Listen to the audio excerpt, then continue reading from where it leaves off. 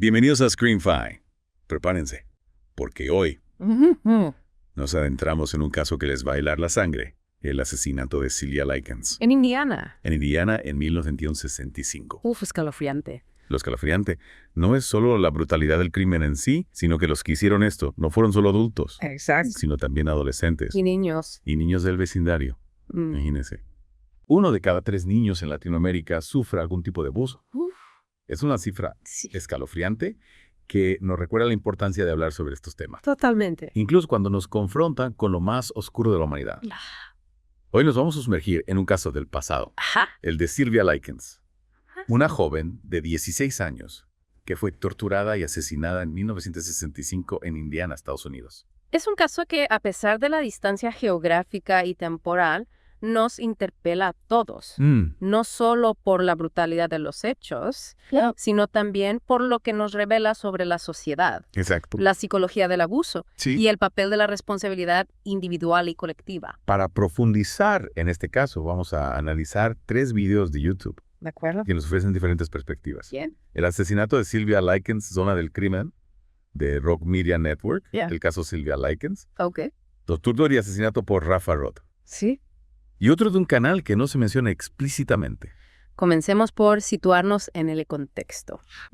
1965, Estados Unidos. Un país en plena transformación social con la guerra de Vietnam en el horizonte.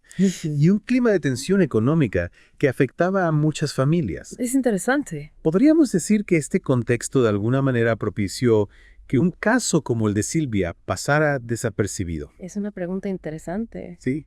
Los videos no profundizan mucho en este aspecto, pero es indudable que la época influye en cómo se perciben y se atienden estos casos. Claro. Ahora hablemos de la familia Likens. Sí. No eran una familia convencional, ¿verdad? No. Vivían una vida bastante inusual para la época. Así es. ¿Cómo era su vida? Los Likens eran una familia de feriantes.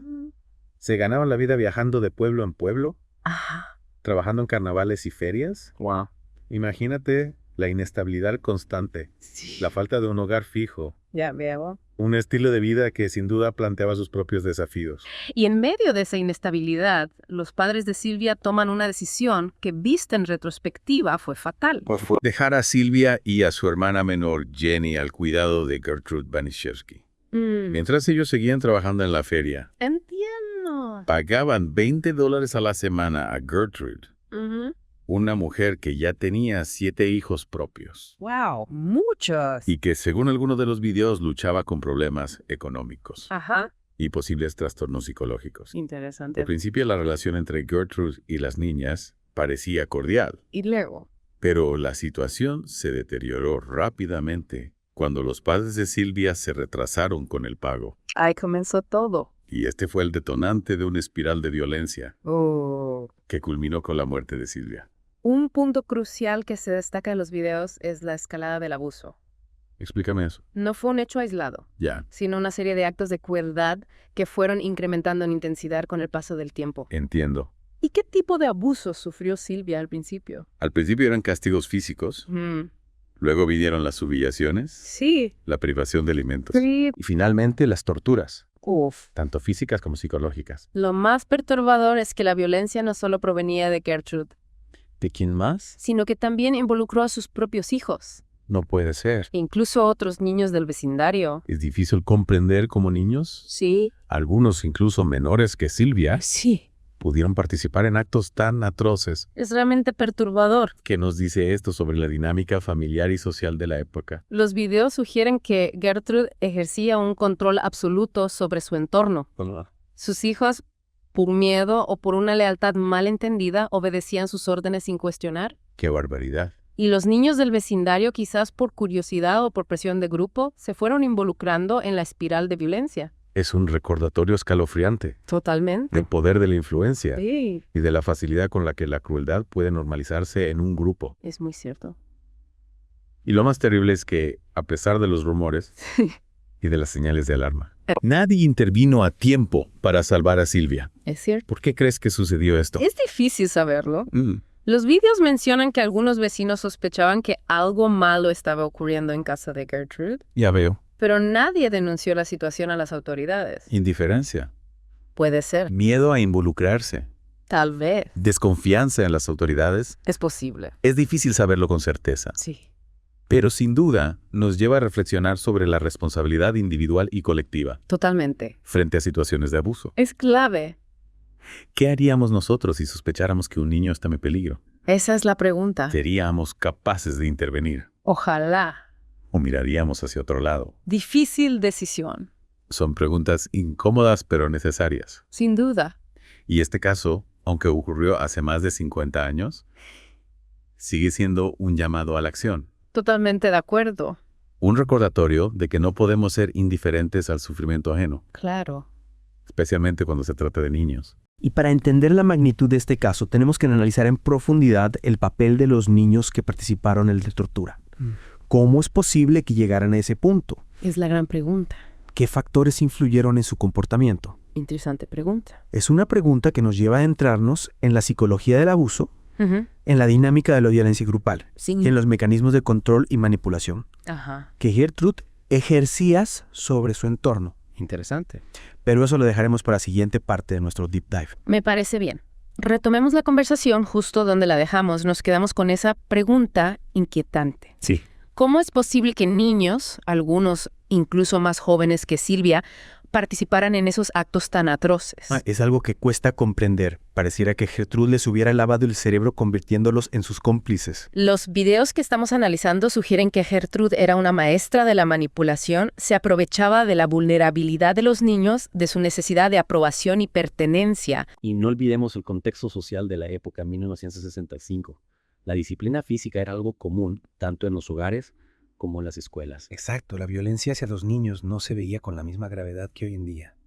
Y esto sin duda contribuyó a normalizar la situación en la mente de los niños que rodeaban a Silvia. En uno de los videos, el caso Sylvia Likens, tortura y asesinato de Rafa Roth, se menciona que los niños del vecindario pagaban 5 centavos para ver y participar en las torturas. Es un dato escalofriante que nos muestra hasta qué punto la crueldad se había convertido en un espectáculo, en una forma de entretenimiento. Es como si hubieran perdido toda empatía, toda capacidad de reconocer el sufrimiento de Silvia. Y aquí hay un factor psicológico que no podemos ignorar el efecto espectador. Cuando varias personas presencian una situación de abuso, es más probable que nadie intervenga, ya que cada individuo piensa que alguien más lo hará. Se diluyen las responsabilidades, ¿no? Es como si la presencia de otros nos eximiera de la obligación de actuar. Exactamente. Y en el caso de Silvia, este efecto espectador se vio agravado por el miedo que Gertrude infundía. Los niños que se compadecían de Silvia o que se negaban a participar en las torturas eran amenazados y castigados. Se creó un clima de terror en el que la obediencia ciega era la única opción para sobrevivir, y en ese ambiente tóxico la crueldad se fue propagando como una enfermedad. Es desgarrador pensar en la situación de Silvia rodeada de personas que podrían haberle ayudado, pero que optaron por la inacción o la complicidad. Y aquí quiero destacar la figura de Jenny, la hermana de Silvia. Ella también fue víctima de abuso, aunque no al mismo nivel que Silvia. Pero a pesar de su corta edad y de su propia vulnerabilidad, Jenny tuvo la valentía de hablar. Su testimonio fue clave para que la verdad saliera a la luz cuando la policía llegó a la casa de Gertrude. Jenny les suplicó que la sacaran de allí y les prometió contarles todo. Fue un acto de coraje extraordinario que nos recuerda que incluso en las situaciones más extremas siempre hay espacio para la resistencia. Y hablando de la intervención policial, el desenlace de esta historia es tan trágico como su desarrollo. Silvia murió el 26 de octubre de 1965 a causa de las torturas que sufrió. Gertrude, al darse cuenta de que Silvia no reaccionaba, intentó encubrir el crimen. Le ordenó a su hija Stephanie y a un chico del vecindario que le arrojaran agua hirviendo para simular un accidente. Pero ya era demasiado tarde, las autoridades descubrieron la verdad gracias al testimonio de Jenny y al examen forense del cuerpo de Silvia. El juicio que se llevó a cabo fue uno de los más impactantes de la época. Los detalles de la tortura conmocionaron a la opinión pública y pusieron en evidencia la brutalidad de la que los niños pueden ser víctimas. Gertrude fue declarada culpable de asesinato en primer grado y condenada a cadena perpetua a su hija. Paula también fue condenada por asesinato en segundo grado y recibió la misma pena. Otros participantes en la tortura, incluyendo algunos de los hijos de Gertrude y chicos del vecindario, recibieron condenas menores por homicidio involuntario. Es importante mencionar que las condenas iniciales de Gertrude y Paula fueron anuladas en 1971 por la Corte Suprema de Indiana, argumentando que la cobertura mediática del caso había influenciado al jurado. Ambas fueron juzgadas nuevamente recibiendo condenas menores. Gertrude salió en libertad condicional en 1985 después de haber cumplido solo 10 años de su condena. Su liberación generó una ola de indignación, y protestas, muchos consideraban que el castigo no había sido suficiente, que la justicia no se había cumplido. Y aquí surge una pregunta que nos interpela a todos. ¿Es posible la redención después de haber cometido actos tan atroces? ¿Puede alguien que ha torturado y asesinado a una niña reintegrarse a la sociedad? Es un debate complejo que no tiene respuestas fáciles. Lo que sí podemos afirmar es que el caso de Sylvia Likens marcó un antes y un después en la legislación sobre la protección de la infancia. En Indiana se promulgaron leyes que obligaban a reportar cualquier sospecha de abuso infantil y se crearon programas para prevenir y atender estos casos. Y a nivel social, el caso de Sylvia despertó una mayor conciencia sobre la vulnerabilidad de los niños y la importancia de protegerlos de la violencia. Pero a pesar de los avances, la violencia hacia la infancia sigue siendo un problema grave en todo el mundo. Por eso es fundamental que sigamos hablando de este tema, que no olvidemos casos como el de Sylvia Likens y que trabajemos juntos para crear un mundo donde todos los niños puedan crecer seguros y protegidos. Exacto, la memoria de Sylvia debe servirnos como un recordatorio constante de nuestra responsabilidad. Como sociedad debemos estar atentos a las señales de abuso, denunciar cualquier sospecha y apoyar a las organizaciones que trabajan para proteger a la infancia. Y no olvidemos que la prevención es fundamental. Educar a los niños en el respeto, la empatía y la resolución pacífica de conflictos es crucial para romper el ciclo de la violencia. Y también es importante brindar apoyo a las familias que están atravesando por dificultades para evitar que la desesperación o la falta de recursos los lleven a situaciones de vulnerabilidad. El caso de Sylvia Likens es un llamado a la acción, una invitación a construir un mundo donde la inocencia no sea sinónimo de vulnerabilidad. Y para cerrar esta parte de nuestro Deep Dive, me gustaría recordarles que la información que hemos compartido hoy proviene de 3 videos de YouTube que, si bien nos ofrecen una visión general del caso, no agotan la complejidad de este tema. Los invito a investigar más, a leer libros, a ver documentales, a profundizar en la historia de Sylvia Likens y en el problema de la violencia hacia la infancia. Porque solo a través del conocimiento y la reflexión podemos generar un cambio real y duradero. Hablamos de la brutalidad del caso, de la inacción de la comunidad y de la compleja psicología de los niños involucrados en la tortura de Sylvia Likens. Pero hay un aspecto que aún no hemos explorado a fondo. ¿Cuál? El legado de este caso. ¿Qué impacto tuvo la muerte de Sylvia en la sociedad? Claro. ¿Qué cambios se implementaron para prevenir que una tragedia similar se repitiera? La muerte de Sylvia Likens conmocionó a la sociedad estadounidense y puso en evidencia las fallas del sistema de protección infantil. El caso generó un debate nacional sobre la violencia hacia los niños. Sí. Y la necesidad de tomar medidas más efectivas para prevenirla. ¿Y qué medidas se tomaron? Uno de los cambios más importantes fue la promulgación de leyes que obligaban a reportar cualquier sospecha de abuso infantil. Entiendo. Antes del caso Likens no existía una obligación legal de denunciar estos casos, lo que permitía que muchos niños sufrieran en silencio. ¿En serio? Sí. Increíble. La llamada ley de Sylvia Likens estableció que cualquier persona que tuviera conocimiento de un caso de abuso infantil estaba obligada a reportarlo a las autoridades. Qué interesante. El incumplimiento de esta ley conllevaba penas de prisión y multas. ¿Y qué impacto tuvo esta ley en la práctica? Realmente ayudó a proteger a los niños. Las estadísticas muestran que después de la implementación de la ley, se registró un aumento significativo en el número de denuncias de abuso infantil. Vaya que bien. Esto indica que la ley contribuyó a visibilizar el problema y a generar una mayor conciencia social sobre la importancia de proteger a los niños. Es alentador saber que la muerte de Sylvia, aunque trágica e injusta, sirvió para impulsar cambios positivos en el sistema. Sin duda. Pero la lucha contra el abuso infantil termina ahí. No, claro que no.